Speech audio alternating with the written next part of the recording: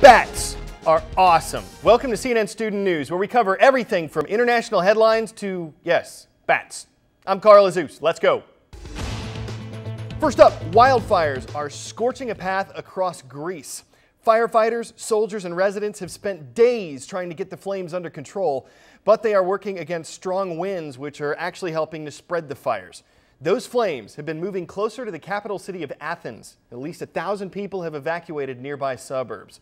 Authorities reported more than 80 blazes across Greece. You can see one of them in this iReport video.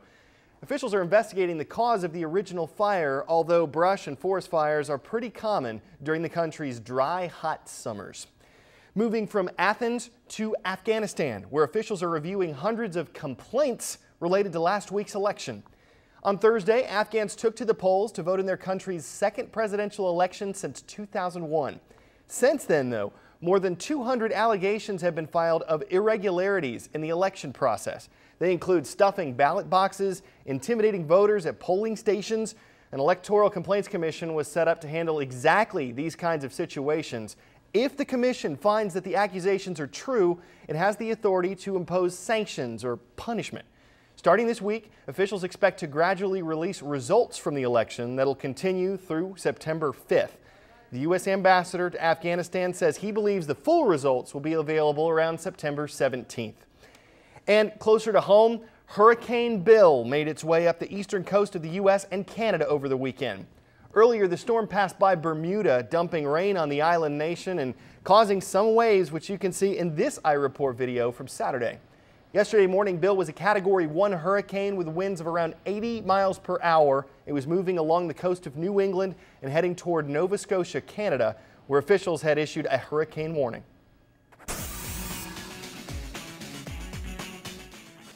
See if you can ID me. According to the U.S. government, I'm a vehicle in drivable condition, but I get 18 miles per gallon or less, and I was made within the past 25 years.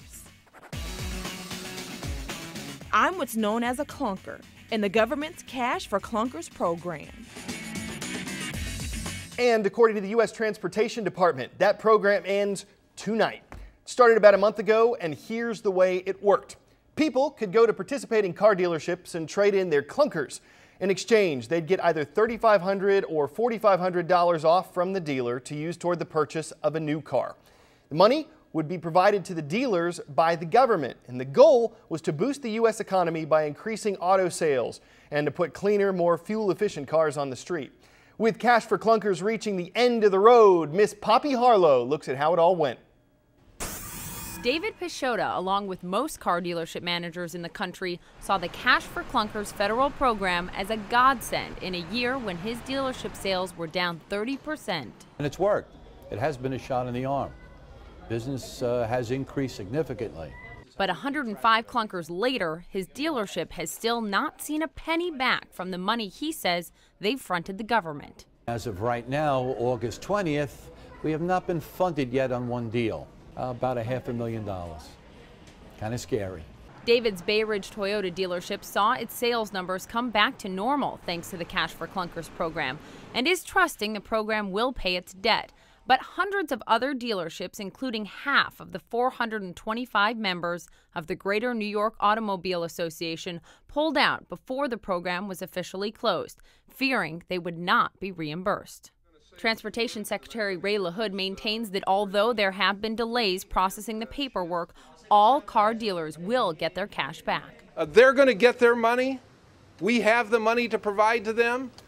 All right, sticking with economic news, the government says the country's budget deficit will be trillions higher than it originally estimated. The government budget is kind of like one you might make, it just has a lot more zeros. It estimates how much you save versus how much you spend. And a deficit means you are spending more than you are saving.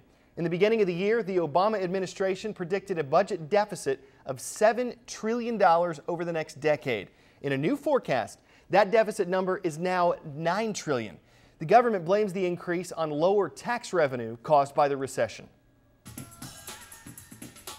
Today's shout out goes out to Mr. Scott's social studies classes at Bowling Green Junior High in Bowling Green, Kentucky. What is the scientific term for the study of bats? If you think you know it, shout it out. Is it chiropterology, ichthyology, ornithology, or batology? You've got 3 seconds. Go!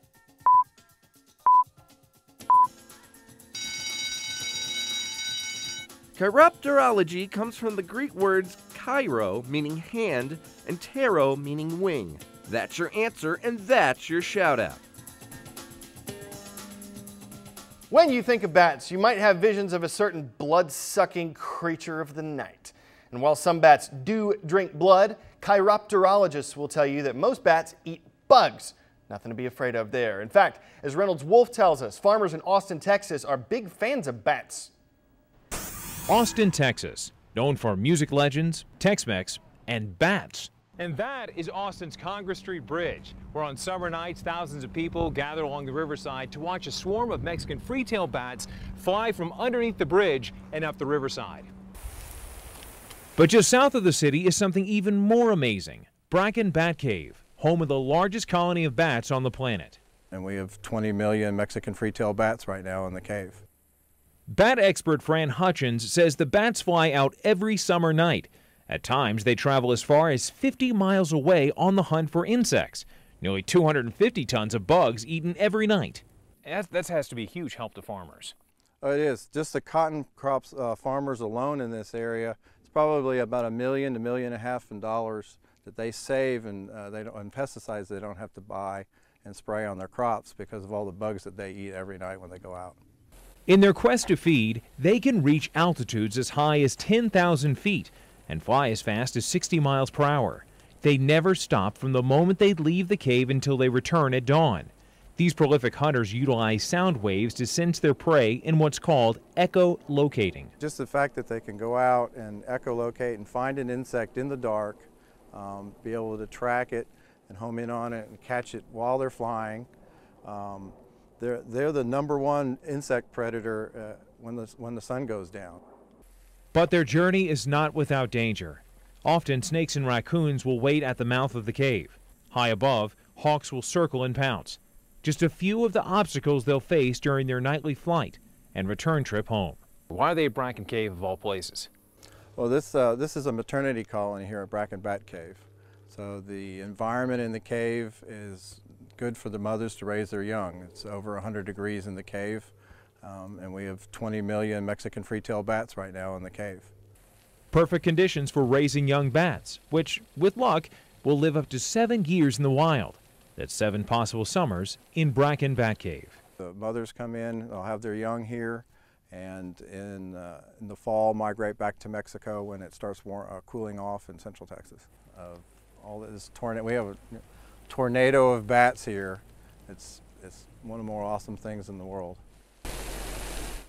Cool story. Well, on our blog, I asked whether you agreed with Scotland's decision to release the Lockerbie bomber from prison because doctors say he's dying. Here's what you say. From Ray, a life sentence is a life sentence. No matter what, the law should be upheld. Irvin echoed that on our Facebook page, saying a life sentence is not life until you get cancer. Luana writes, Al-Megrahi had no compassion whatsoever when he killed all those people. Why should we have compassion for him? A lot of you asked that. From Cody, he should not get special privileges just because he has terminal cancer. And Mooncharm says, other criminals die in prison. Why should Al-Megrahi go home free? Most of you felt this way. But back on our Facebook site, Jake wrote, I think the Scottish government did the right thing. I don't think they showed compassion. I just think they didn't want to foot the bill for Al-Megrahi's continued treatment. And Justin said, it is silly, not to mention inhumane, to keep someone in prison who's been diagnosed with cancer. We welcome all of your comments on Facebook and at cnnstudentnews.com. Entertaining entrances can make a big splash, especially when your stomach is leading the way. That's how they do it in Denver's annual firefighter belly flop contest. This guy gets great rotation, awful landing, at least to look at. Painting a bullseye on your belly is just asking for pain, but that is the name of the game. Some of the contestants might not understand the rules. I mean, this guy you're about to see doesn't even land on his belly, which made that attempt a total flop. Today's show is all washed up. We will see you tomorrow for more CNN Student News.